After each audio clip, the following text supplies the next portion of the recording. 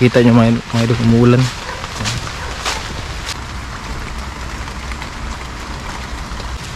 Wow, siya. Yan siya mga idol na nakakulong. Ito ay isang Philippine bronzeback tree snake. Happy New Year. New Year. Selamat Dol Cobra.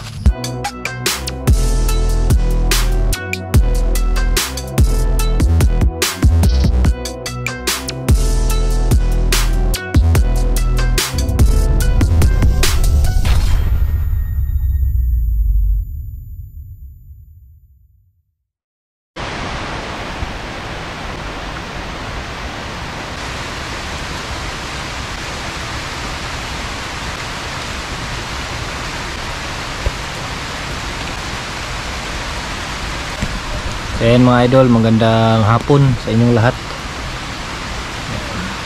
Dito ako sa bahay, so walang rescue ngayon. Pero may tawag tayo. Papunta tayo mamaya sa Malagos sa bang nag-aantay tayo na tumila yung ulan.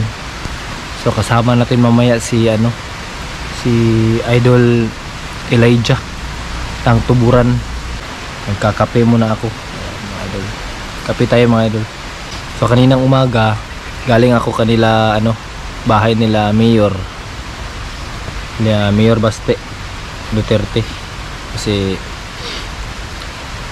may kinuha ako na isang ahas doon, isang kawawang maliit na juvenile o baby pa talaga yun, na isang Samar Cobra. Matagal na kasi yung nahuli nila doon nung Pasko pa daw. Nung Pasko pa daw yun siya. So hindi lang nila tayo natawagan para kunin yun, para i-relocate. So ngayon punta tayo ng Ilog kasi i-relocate natin siya kaagad. So hindi na siya makakatambay dito, release tayo kaagad ngayon. So ayan, gusto ko palang mag shout out kanila yung bagong na-meet natin dito sa may Tugbok, si sila Sir Idol Ronald Plaras and Jacob Plaras. Shout out. Taga Damosa pala. Ronald Plaras and Jacob Plaras and Plaras family. So salamat sa support, sir. So nung kumain kasi kami sa isang restaurant dito sa Tugbok, na nilapitan tayo nila Sir Ronald Plaras para mag-picture. So it's an honor, sir, na makapapicture sa inyo, pamilya nyo. So yan, maulan pa, parang thunderstorm to mga idol, kasi lakas ng kidlat kanina. Pero sige lang, mas maganda to na panahon, na klima sa pag-release, kasi hiyang yung mga ahas, yung mga wildlife natin kapag umuulan. Hindi sila masyadong stress kasi malamig yung yung klima, yung panahon. Tapusin ko lang tong kape ko mga idol. Yan,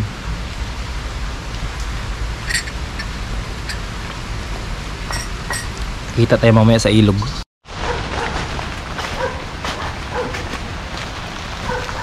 Yan mga idol, papunta na ako sa ilog. So ito yung na-rescue natin mga idol. So kailangan natin siyang i-release kaagad. Yan, makita nyo mga idol, umuulan. Ulan.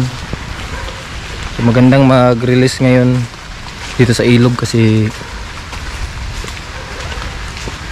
makakahanap kaagad siya ng pagkahanap siya kaagad ng matutuluyan niya, matataguan niya ngayon. Tsaka magandang mas hiyang siya na ngayon, na gumagapang, kasi smooth yung basa yung yung lupa, yung damuhan, kaya masisiyahan to siya sa ginawa natin ngayon.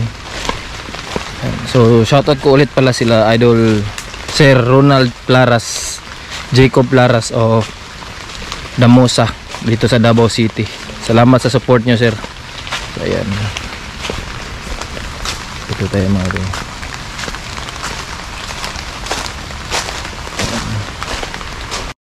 So ayan mga idol, andito na tayo sa area. Ayan, maulan pa rin. Hindi na natin i-expose masyado tong area na to kasi baka may magalit na naman, tapos ano, parang sasabihin na naman nila na ano, bakit daw pinakawalan dito. Ayan. First and foremost, hindi sa atin itong lugar na ito. Lugar ito ng Buhay Ilang. Kaya huwag kayong magalit kasi wala tayong rights dito unless natitulado nyo itong ilog na to. Pwede kayong pumunta ng kahit saang opisina ng barangay, magreklamo kayo doon. Ayan, pero dito walang may-ari dito mga idol, kaya easy lang, chill lang kayo kasi kailangan natin itong gawin. Ayan, dito na yung summer cobra natin mga idol, ilalabas natin to.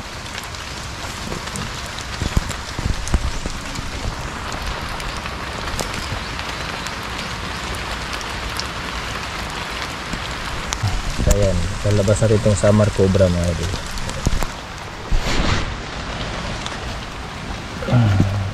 Gigil na ito siyang lumabas mga idol, umalis. Natayo pa siya.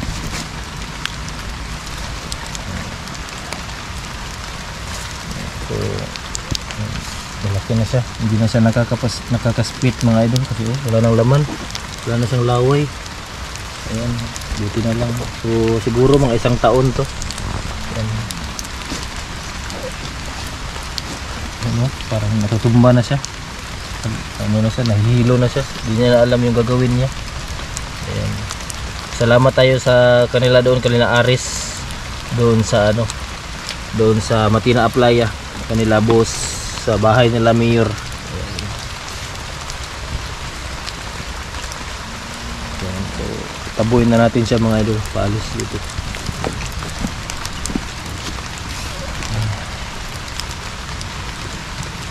Wawa siya.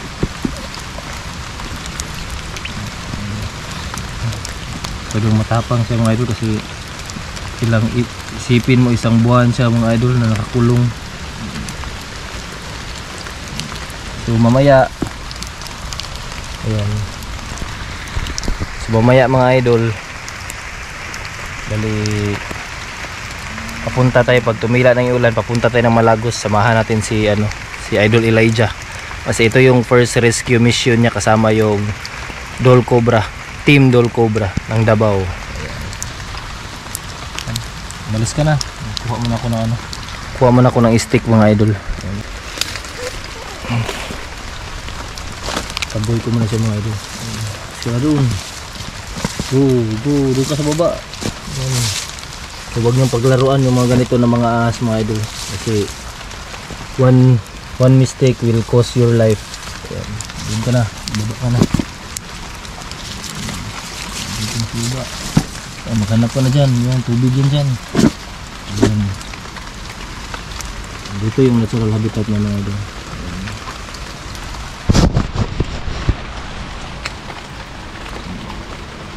Ayaw niyang umalis mga idol, talagang defensive siya masyado.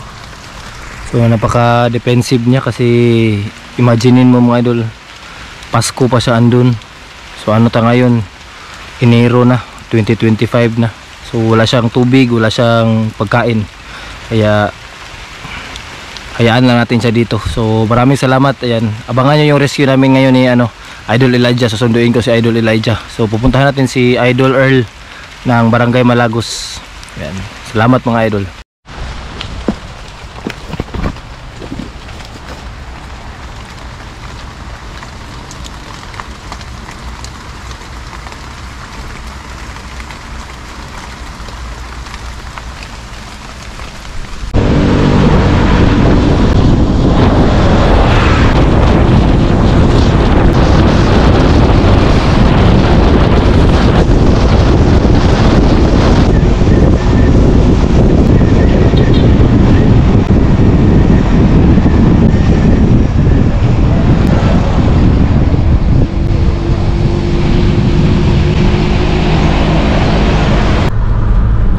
idol, magandang hapon sa inyo. Yan, papunta tayo ng isang spot natin dito sa kaibigan natin. Yan, sama ko yung anak ko. Tsaka meron tayong bisita ngayon. Yan, si Idol Elijah. Yan. So dito tayo pala sa papasok dito sa yan.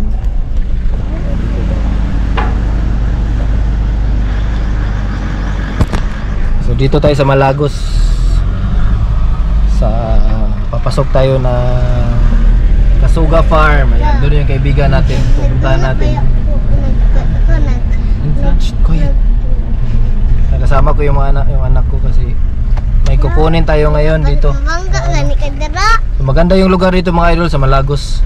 Kasi napaka-isolated dito. Masukal pa. Saka maraming wildlife pa dito. Ayan. Pakita ko sa inyo yung ano.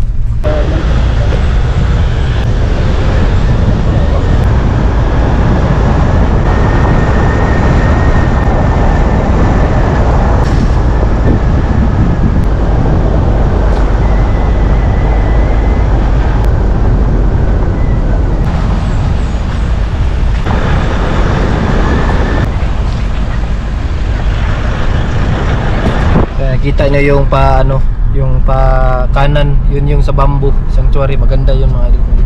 Taga Davao ka, puntahan, bisitahin nyo yung isang protected area yun siya. So dito tayo sa kanan, sa kaliwa, sa Kasuga Farm. Ayan, check natin dito. So may kukunin tayo na ahas, sama natin si Idol Elijah. Ayan, so type yun si ano, Idol Elijah. Nandito na tayo mga idol, Kasuga Farm. Ayan.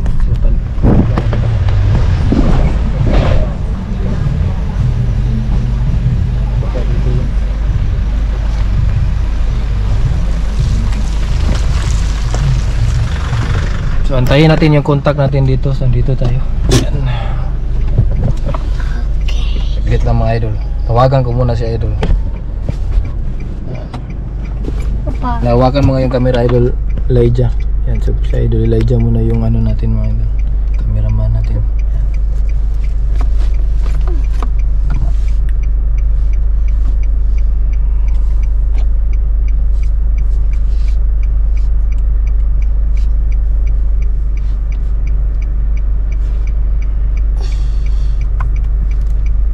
Yan mga idol, nag-aantay tayo dito kay ano, idol na contact natin dito sa Malagos, dito sa Kasuga Farm. Dito siya nagtatrabaho, ayan. Dito.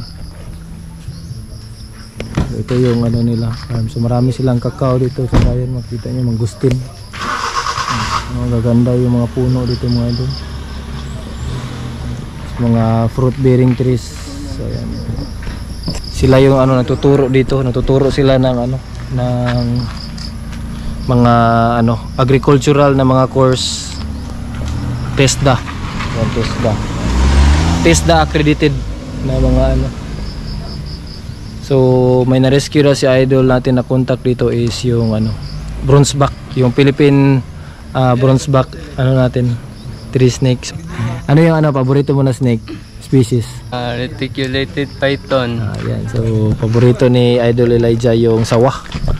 Sa Bisaya, baksan. So yung reticulated python natin, yung Malayo python, reticulatus. So walang venom yan pero napakadelikado. So makikita nyo yung ano, may news tayo dyan na meron na nakagat noon, tsaka muntik pang namatay. Kasi kahit wala siyang venom, delikado yan mga idol. Malaki kasi, tsaka marami yung ipin niya. Tsaka talagang magsisevere bleeding ka kapag nakagat ka sa mga soft tissues, soft muscle na mga parte ng katawan mo. So antayin natin mamaya mga idol. Saglit lang.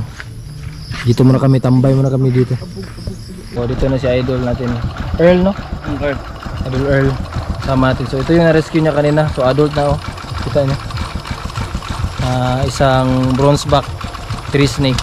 Ayan. So isang Dendrelaphis species yung ano niya, yung species niya. Scientific name niya is Dendrelaphis philippinensis. So palabasin natin siya. Mabilis to. So isa to siya sa mga fastest ano moving na snake.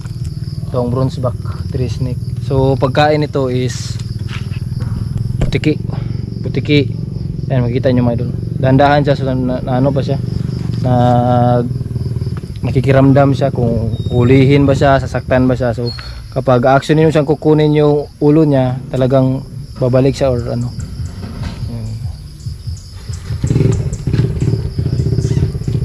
mahaba mga idol, ayan no. Ganda. So yan, makikita nyo mga idol, medyo relax lang siya. So ano lang, bali parang i-replika mo lang yung katawan mo na parang ano, kahoy. Kasi usually itong ahas na to nasa puno to siya. So medyo may kaunting sugat lang siya. Ayan. So naipit mo to dul no? Ito dito. Ayan. Claw mga ito, may claw gamit ko. Claw, saan ang claw? Itong gana mo, itong may Pampunit og ano? Pampunit og bitin.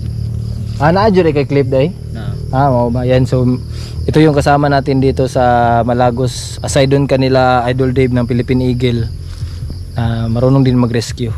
So si Idol Earl ang kasama natin dito sa may area ng Malagos Yapon no. Malagos Yapon. Ayan. So adult ato mga idol yan no. Salamat kay Idol Earl. Paano mo na huli Idol Earl? Usually, una identify ko yung snake. Pag binumos, so that's usually we binapirsa namin kinakuha tapos automatic release. Pag ganito, hinahold ko pa bago ko i-release. Ina-observe kung ano bang yung ngipin niya, titignan kung ngipin kung may pang ba wala, kung mayroon, kung walang pang okay raw, pag gagawin ko dito. Kung mayroong pang automatic release yan. So marunong na din mag-identify si Idol Earl ng mga species ng snakes, pero mas maganda Idol Earl kapag meron kang hindi familiar na species ng ahas, consult ka lang muna. Yan, so pwede research ka muna. Google muna. So usually yung mga kaibigan natin pag meron sila nakikitang ahas, nag-google na sila. So wag mo nang better na wag mo nang hulihin muna kung hindi mapapamilyar. So yun yung mga advice natin sa mga idol natin na mahilig din na mag-rescue ng ahas. So ayan, ito ay isang Philippine bronzeback tree snake. So yung bronzeback tree snake natin mga idol, dalawa yan siya. Maren's bronzeback tree snake, mas maliit yung ulo.